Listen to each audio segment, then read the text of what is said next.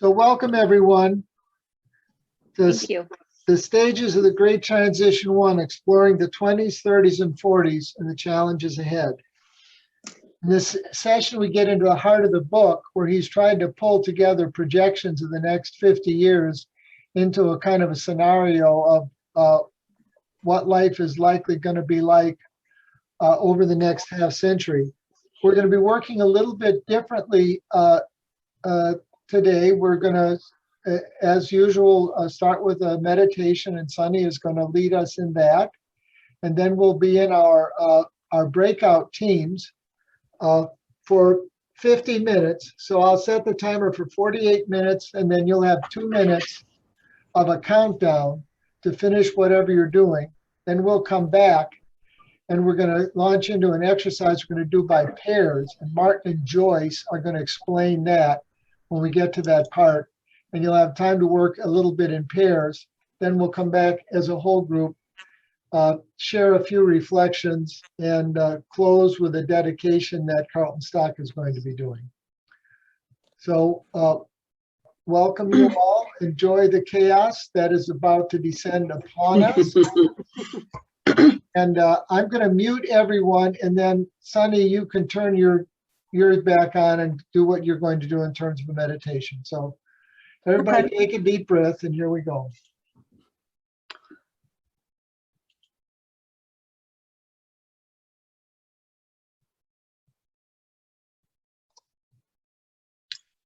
All right, I'll tell you that when we conclude, I don't have a gong or a bell, so I'll just say something like ding. And you'll know that we're finished. So take a moment now. We're going to take a moment now to appreciate the gifts that Mother Earth has given us. So first, either look outside and find something beautiful to focus on, or look around and find something inside, or you can just close your eyes and imagine or recall a thing or place of beauty in the natural world. And then plant your feet firmly and take a deep breath in through the nose. Hold for a moment and then slowly exhale through your mouth. And appreciating the sustaining air our earth produces and gives us, take 2 more deep and relaxing breaths.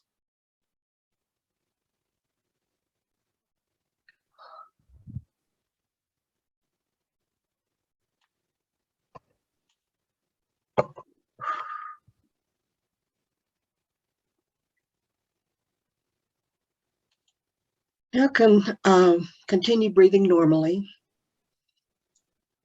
and consider and appreciate the flora of Earth and send it your love.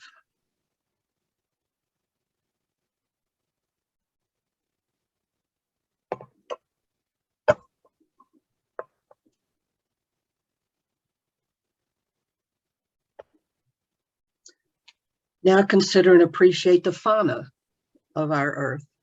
Send them your love.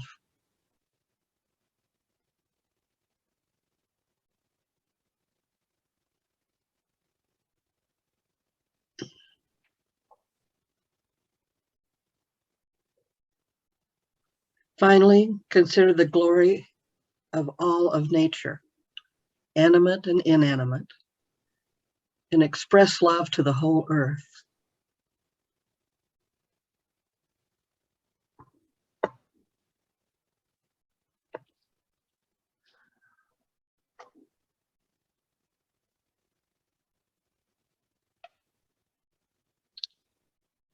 Now we'll have a moment of silence.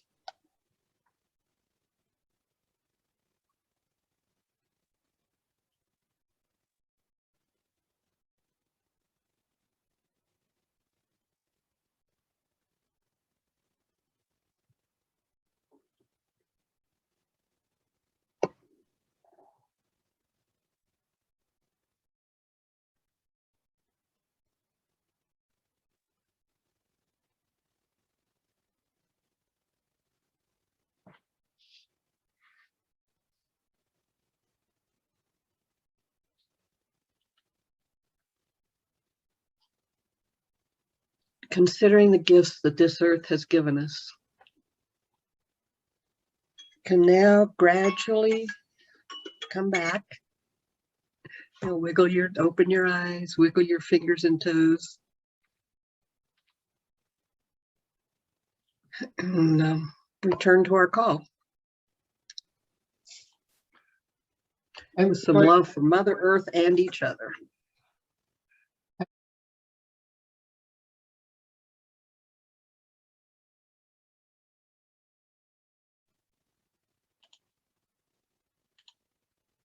Stop for 5 days.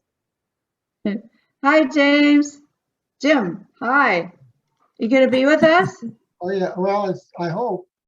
Good. Oh, yeah, Now I can welcome. hear you.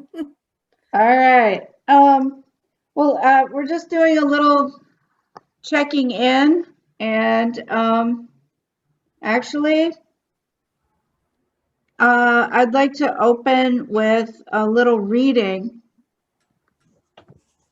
if I could.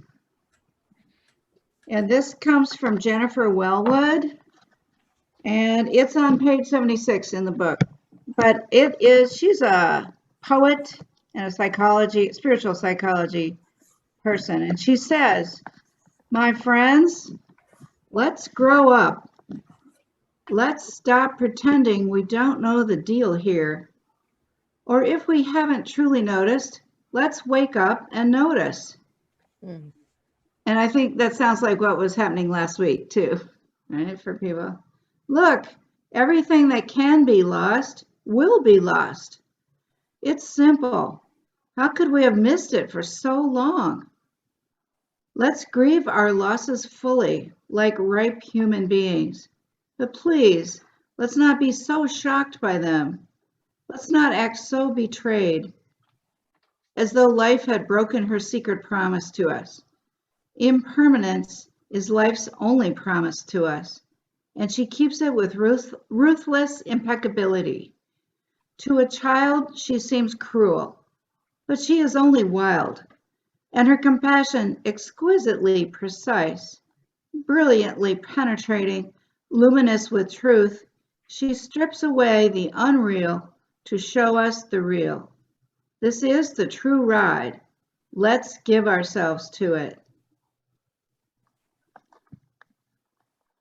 There's more, but I want to stop there. Did people do the assignment last week? Any of the watching television or social media messages to I see checked in which? with Fox.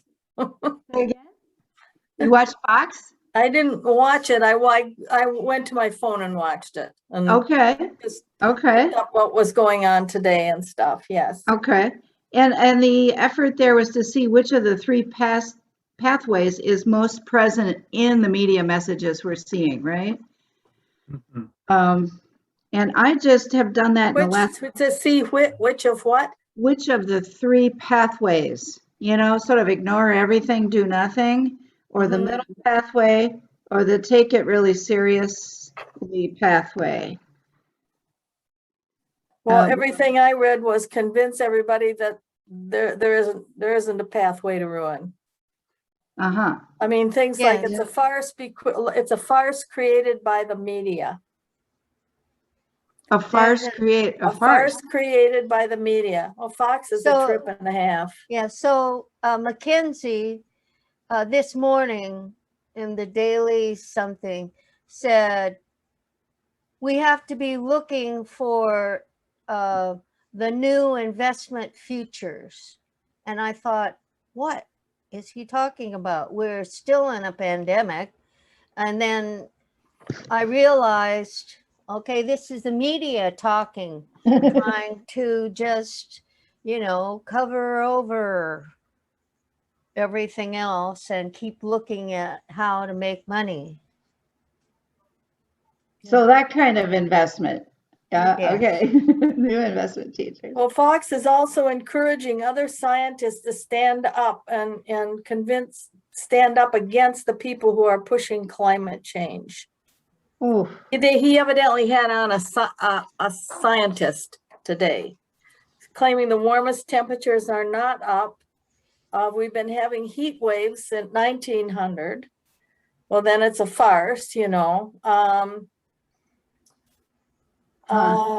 don't know, it just went on and on and on. But one of the things that's really interesting, then I looked at the amount of money that gas, oil, and coal and things like that are giving to politicians.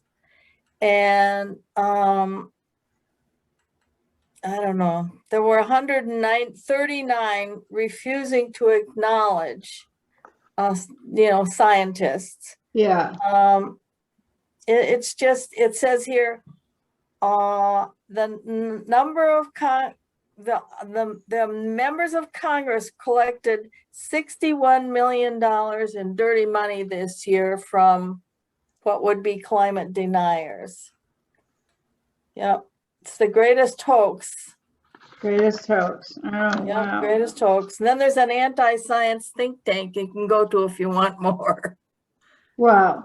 I mean, it's really, well, if you've ever watched Fox, it doesn't hurt to click in once in a while because it's really just. I know it's very hard for me to watch it, but yes.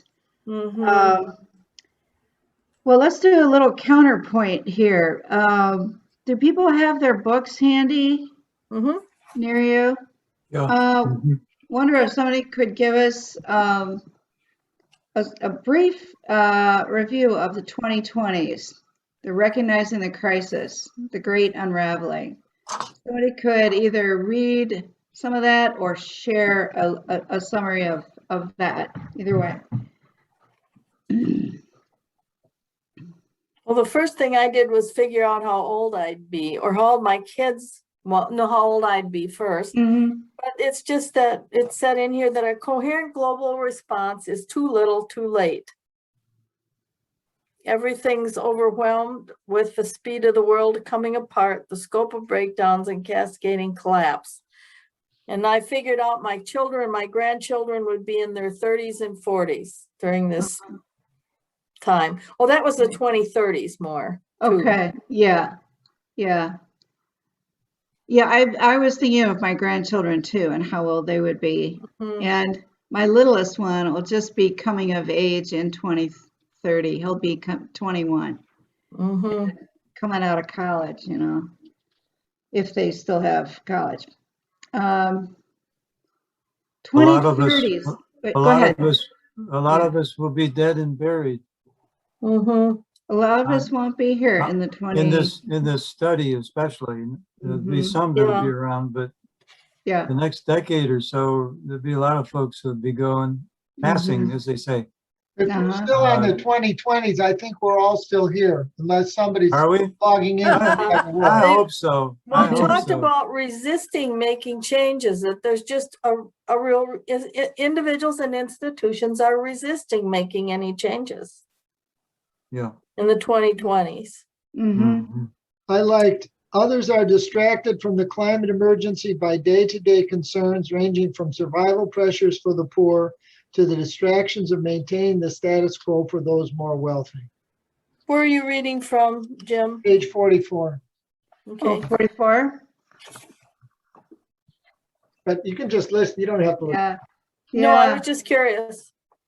I wanted to go to that section too. Yeah. Would somebody help us understand the difference that'll be happening in the 2030s from this decade we're in already? 2030s or 2020? Oh.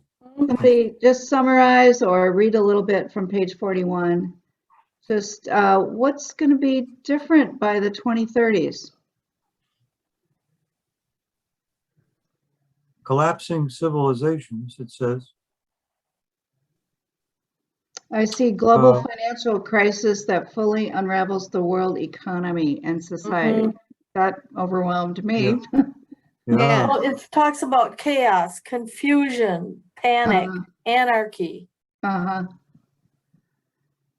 this is when the grandchildren will be in their 30s and 40s. I mean, that's what makes it seem even more real. Yeah.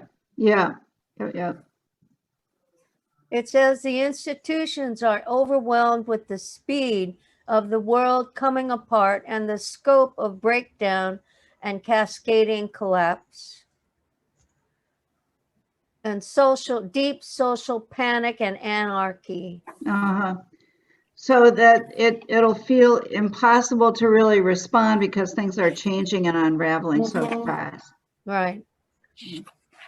Jeez, And then- it feels like that's already started, but okay. Yeah, it does. I think so. I don't think these are real discrete categories, really. Yeah. They will Yeah, overlap yeah. sort of like in waves, you know?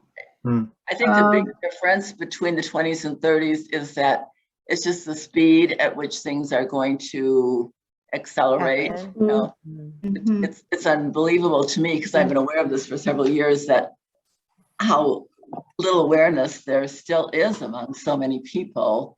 But with things like the water crisis hitting us and the rising prices and everything, you know, I think there's going to be a real sudden, huge growing awareness, you know, that is going to be pretty overwhelming to people, kind of like I'm hearing you guys saying right now, the ages of our kids and grandchildren. And then in the 30s, it's just going to be more of everything. But and I was thinking today about rising prices. We have a son who's kind of living on the edge. And my God, if food prices start going up and the utilities start going up, he is going to be on the street along with some millions of other people in this country, let alone other countries. You know, it's in another sentence that was really interesting to me on page 54 down at the bottom. It says, yet by imposing a per capita carbon emissions limit on the top 10% of global emitters, roughly the equivalent to that of an average European citizen, global emissions could be reduced by 1/3 in a matter of a year or two. If we start I saw now. that too. Yeah, if we have the will, just- if we have the will, that's right. Yeah. So it's, well, that is being seriously considered by a lot of people in Congress right now. I'm a member of the Citizens Climate Lobby, and we have a bill that's been we've been working on for many years called the Carbon Energy. Can't think of it now. It's a Carbon Dividend Act, and it's putting a price on carbon, and then the fees that are collected are returned to the American people to help take care of some of the increase in prices that the corporations are going to pass on to us. So that is, I think, something that could make a difference, but it's not going to be the cure-all, that's for sure. There's What strikes me is these things are so interconnected. If something like that happens, it's going to increase the disruption. It's going to increase the economic collapse and reorganization, and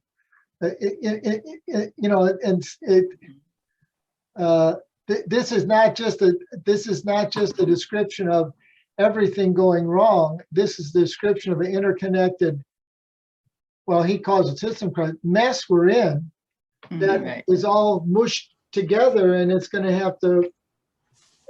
It doesn't look like it's going to go to an era of peace and calm soon. No. I thought one of the big questions here is how much pain and suffering are required for humanity to turn to a new equilibrium and fairness in global consumption. And as you read through this, it's sort of like, well, how bad is it going to have to get before I take more action than I'm taking now? Or, you know, it's like, what is the sort of the tipping point or the breaking point in the human psyche that says, I can't take it anymore? And then you move. And that doesn't necessarily lead to action, though. For some people, it leads to paralysis or such deep despair. Hiding, despair. Or for blame, or to blame. Yes. Right. Yes. Because at the very end, they were talking about how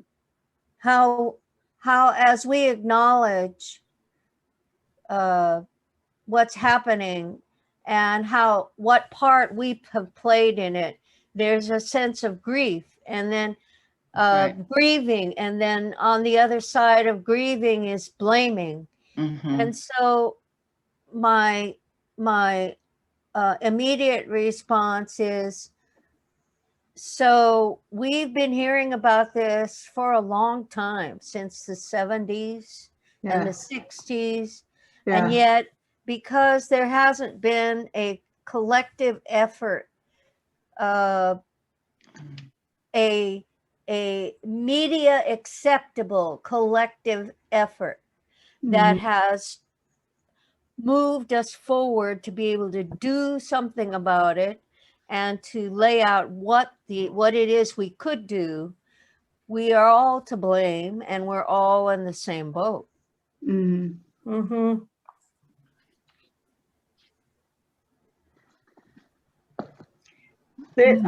The part on 53 on economic inequities, where 6 individuals have as much wealth as 3,600,000,000 hundreds of the world's poorest poor. Yes. What page were you on there? 53 under economic inequities. Yeah. Okay. Yeah. I mean, it's just astounding, you know. Yeah. Yeah, even that figure 5 on page 55, that shows less than 1% of the world's population have the same amount of income as the poorest 56%. I mean, and you just look at this, the big gap, really a big gap. Oh, we used to talk about that in the Institute way back, 85-15, right?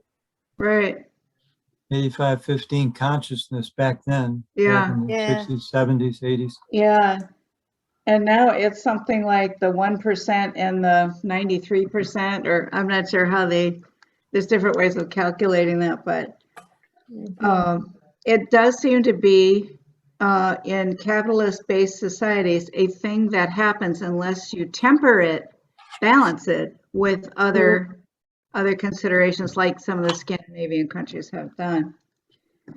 Okay, I'm gonna try to have us look at a film clip. Is this a good time, Jim, for that? I think so. Good, yeah. This is, okay, now let's see. I'm gonna go through my steps here. And it's a brief one. It's just a minute and 39 seconds, but sort of goes along with what we're talking about here. We want to go to advanced. I want to go to video. What's the name of it, did you say? It's the name of the video is Excerpts from Documentary for Facilitators. And I think I can do this. I'm gonna excerpts from a film called Documentary for Facilitators. No, it's just a minute and a half thing from their documentary video. Just to remind us of that. There we go.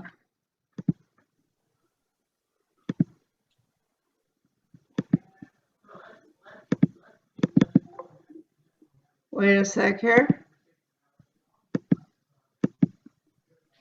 Just a second here.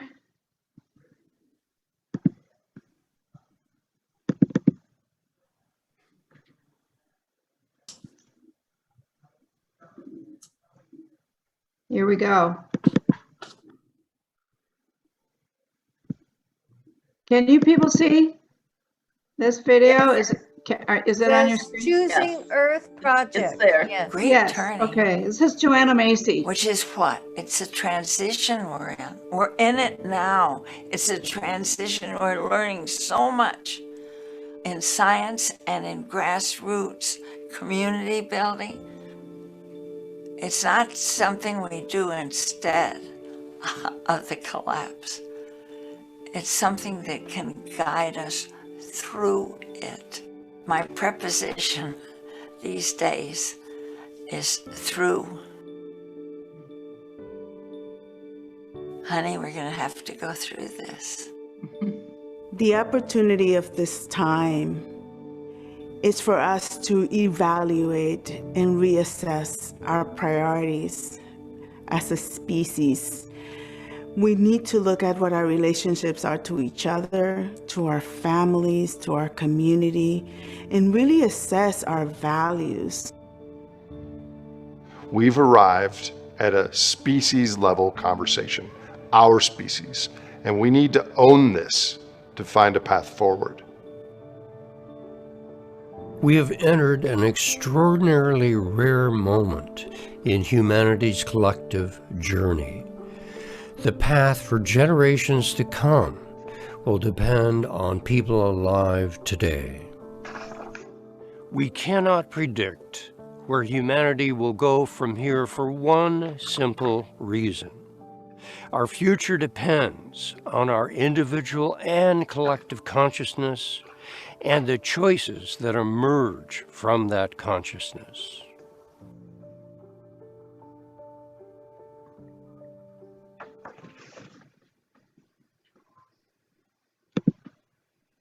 Okay, that's it.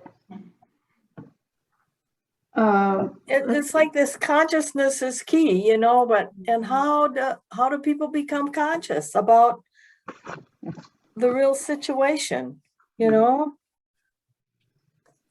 That's the $1 million question, or the $1 billion question. Kind of like life and death, you know? You know, he talks later in the book a lot about the Great Awakening. And he's seeming to say that it really will come through our grieving our losses. And that's not tonight's focus, but that's sort of where we're heading. And that, you know, I think a much more mundane, similar way of saying that truth is necessity is the mother of invention. And the necessity of grieving our losses will, I think he's saying, take us to a more awakened, real acceptance of reality place where we can then begin to create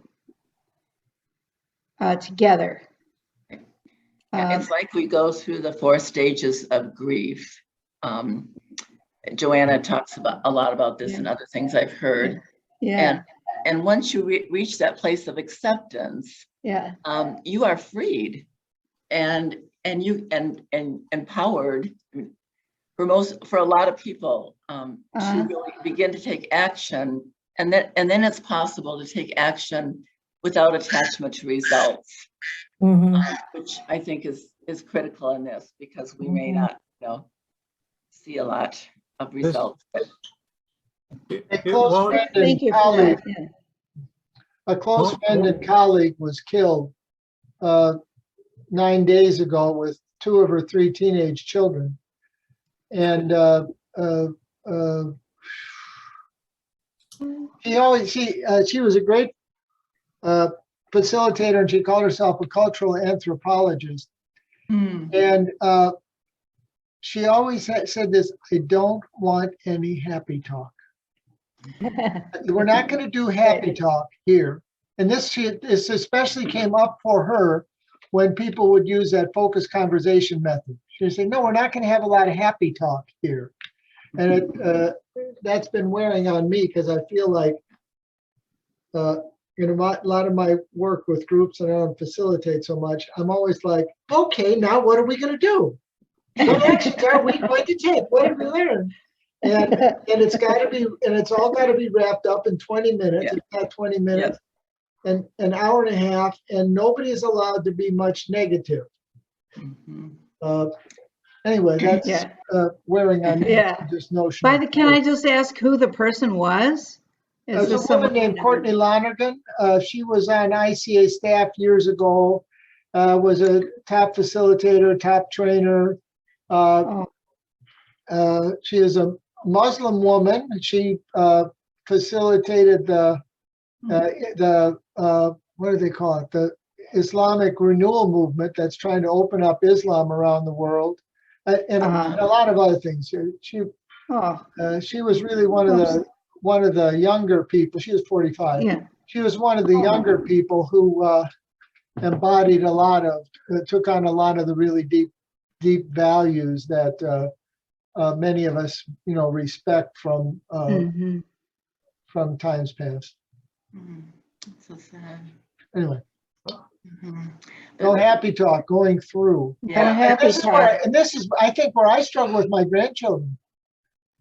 Because I want to pretend, number one, I want to pretend that I knew what life was going to be like now 50 years ago.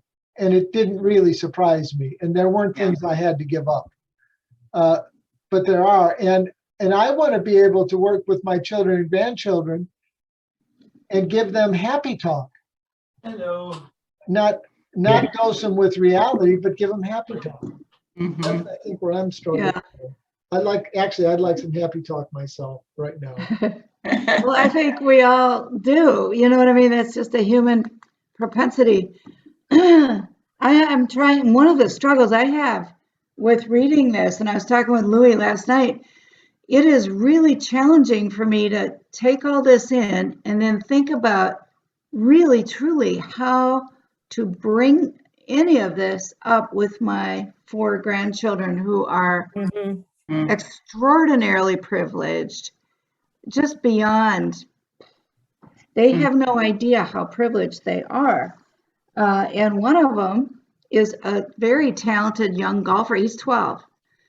And he's winning tournaments already. And he can do under par on adult golf courses. And I don't think there's going to be golf courses when he's in his 20s and 30s.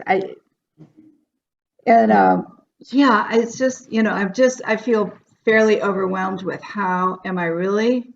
I just have to do some deep thinking first for how to. The schools actually are teaching this. My granddaughter, a couple of years ago, she must have been about 12, called me one day and she said, "Grandma, did you know our planet is dying?" And she was like kind of terrified. Yeah. And she heard that in school. So that, kids do know about this on some level, but I don't think they really know, as described in this book. And we're all sensing it. Yeah. And I like to think I'm an educated person, but I think this is the beginning of my being able to see how it's a whole system knit together set of realities that if you take one piece out of it, or if several species start dying, or if, fires are burning part of our environment, just how it all plays together. And so I'm seeing it holistically for the first time. Yeah. I think so in Taiwan, you notice at least recently, TSMC opened a new chip plant just outside of Taipei, and it uses so much water that the agriculture, the farmers in the area cannot get water to grow food. And so there's a huge uprising of the agricultural, the farmers associations to try and get water. So it's really, you're sort of at odds with what do people want and what do people need, and how do you utilize the water you have? Right. I read a very. Linda, I wanted to ask Linda too. We heard about California the other night on the news and how the water is really low. I mean, even 20 years ago when we were living there, there were warnings about water and that it was going to run out. And and this sounded really dire this time. And it's a whole Southwest. It is really close to home, Well, he outlined in the description of the 20s the kind of water issues that are going to be coming up, that already are, and there's like a huge a huge percentage of us will be facing water shortages in just a few years, Mhm. at least at some time during the day or during the year. And like right now, Lake Mead is so low, it's at 30%. They figure it's going to go down 20 more %. And they're thinking that there's not going to be any more power from the Hoover Dam to power about 800,000 homes. I mean, that's That's a lot. Close. yeah, That's yeah. close. It's very close. Yeah. Yeah. Yep. And we I went think, by other. Mhm, go ahead. There has to be, I mean, okay, no happy talk, but there has to be some kind of hope. I mean, I know we're on the 20s and 30s, which is when it's all unraveling and everything. Yeah. But people, I mean, environmentalists have been crying about the sky is falling for a long time. The sky is falling, the sky is falling. And we're really, I don't know, we're not listening to the, I mean, it's got to be a motivation of some way beyond it's all falling apart and let's just wait till we're on the other side or something. Although I like what Joanna Macy said about let's use this time to get ready. That really resonated with me. And to be sort of go through the fire of it, go through it rather than around it or avoid it or, Well, I wonder how many of you have heard of the deep adaptation. Is that familiar to any of you? No. What's that? It started out as the name of an academic paper by a professor in the UK by the name of Jem Bendell, who taught sustainable business in the UK. And so I'll try to make this short, but through friends of his that were working on climate science, he began to suspect that we were in big trouble. He took a sabbatical and spent months doing deep research. And he realized when he really looked at it all of the different pieces of this, that, yeah, we were in big trouble. And he wrote this paper and he put it out on the internet and it went viral overnight. And it has grown since 2018 when that happened. There's now a global organization. It's all very organic. It's all virtual. And it's people like Vicki Robbins. You guys, Robin, you guys recognize her name, right? Your Money or Your Life. That title I recognize. Yeah. And people like that are part of that organization. Well, say the name of the organization again. Deep Adaptation. Who's the person? And the person is Jem, Jem Bendell. You can just Google that and it'll come up. And they have different working groups. I mean, the organic structure of it is really interesting on all different things. But basically, it's a way to help prepare ourselves, for what is coming in some very, oh gosh, how do I talk about that now? I guess 4 R's, that is the framework, actually 5 now. And it's like getting clear on what it is we can save, and what we can't, and getting ready to let go of that. And one of them is reconciliation, making peace with whatever you're at odds with and so forth. That's kind of the framework. And so people are just on all different formats online sharing stuff. And it's really very healing to be a part of this group. And I've learned just so much being a part of that. I'd really recommend it. Is this something that kind of makes us feel like we're contributing? What impact does this have on these deep problems, from the groundwater to the, right. I think it's important to do what that group is doing, and I will look it up. And if we're talking individual adaptations, I think we need to do those, but it's the big, huge systems that have got to change. I mean, right. Huge that's systems. Not really their role. their role is more Mhm. knowing that people are going to feel this deep grieving. It's really helping people to deal with their grief and come through that, as Joanna Mhm. said, to a To place. just be, yeah, Possibly a partner organization to what this group Right. is working Yeah, on. and there are people within the organization that are very much working on what of all the many solutions out there that people are working on, really makes the best sense. So they collaborate with a lot of different organizations. Mhm. But it's really, Thank you. That's um, great. yeah, it's kind of what saved me after doing my own research on this. so what do you, well, like, what do you do? I mean, what you just, yeah. You What am said I it- doing? No, but it said it saved you. What was it what was the saving element? Just just being a part of a community of people who saw what I saw. Mm-hmm. And yeah, and then having some practical things, the 5 R's are just a really good framework for living. That's been helpful to me.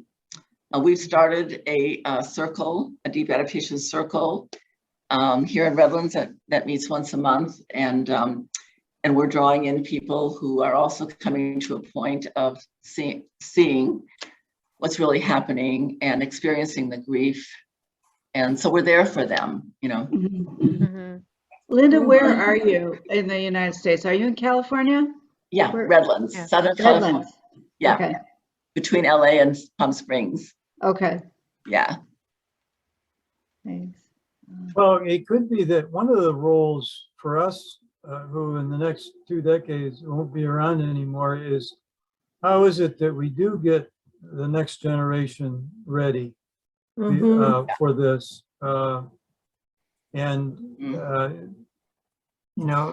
What do we say to them? How do we say it in such a way that they can respond rather than just go in despair and hang themselves or something?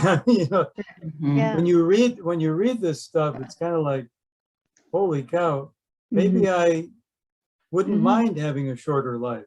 I mean, it's too bad to have to think that way, but it's like, well, maybe I should check out a little sooner than I was hoping to, but which is, but how do we get the next generation ready? Like some of you are talking about your own family, but it could be anybody, community and church or whatever. That's I've been thinking about that too, because we have all sorts of, this is a kind of a family gathering time around here.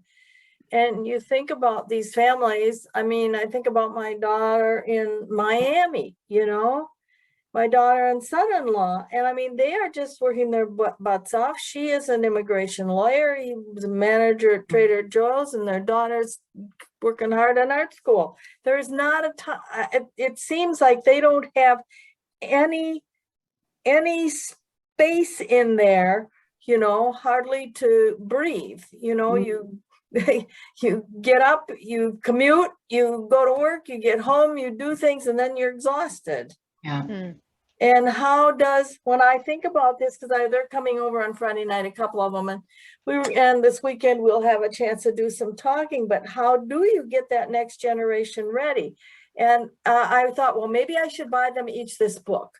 But then it's so dire.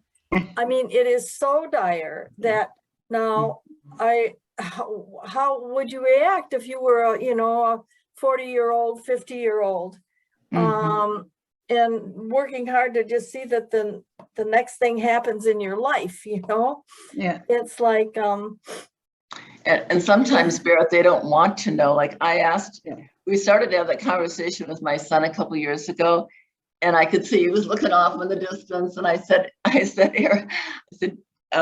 I'm sensing maybe you really don't want to hear this. And he said, you're right, I don't. And so then I talked to his wife and I said, Tina, if you knew that we were really in trouble, in the world, and that the future was going to be much more dire than you could ever imagine, would you want to know about it or not? She said, no, I don't think I want to know. So yes, I think, yes. I mean, And yet what we have are these the younger grandchildren who are going to be not very old when the worst of this begins. Right. And it's hard. Right. I just find it hard. I've read everything, and I'm interested in it, but I find the systems are so broken. I mean, you can do all the little things that you can do around, live in a smaller place, you recycle, you shop at the co-op. I mean, there are just all sorts of little things you do, but I find out now what impact can a regular citizen have on this that is directly adjusts a system, a bigger system, the gas oil complex, it's like they're still fighting the Line 3 pipeline. Well, and part of it was the oil company said they'd take out the old pipeline because it's unhealthy. Well, no, they're not doing that. But I mean, and people have rallied around that for a long time. And that's just one little thing in this massive, particularly energy complex. You think about the gas, the oil, the coal. I mean, how do you intervene in that system unless you work your butt off, become a senator or a representative, and hope you can advocate for policies? I mean, I try to think down board about now what would lead to what would lead to what. We can't really ever do that because there's always 45,000 pathways, but how from this perspective, how does this happen that something that change is made? Yeah, it's very frustrating, I think. Linda, you had a thought. Yeah, because I went through that same thing. So, and finally, when I came to the realization of, with the help of a lot of people that I was kind of tuning into that time, it's really at the local community level where we can make a difference, which I think is fantastic for those of us from ICA. We know what that means. And working in our own community to build climate resilience is something that we can do. And in the process, hopefully, we will strengthen the sense of community, the bonds between people, because in the end, that's going to be one of the things that is going to be most important, and children can be involved in that as well. So that's what we're, and we, I see Accelerating Climate Action in Denver, a great model. I'm working on implementing that here in Redlands right now, and hope to take it throughout the Inland Empire here.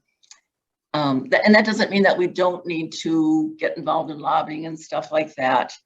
But the idea that our government is ever going to work fast enough, to do anything, I've pretty much given up on that one, There's more than one place in the book that also really states flat out that the answers will not be coming from above or our official leaders. They will be coming from the people and communities pushing it up.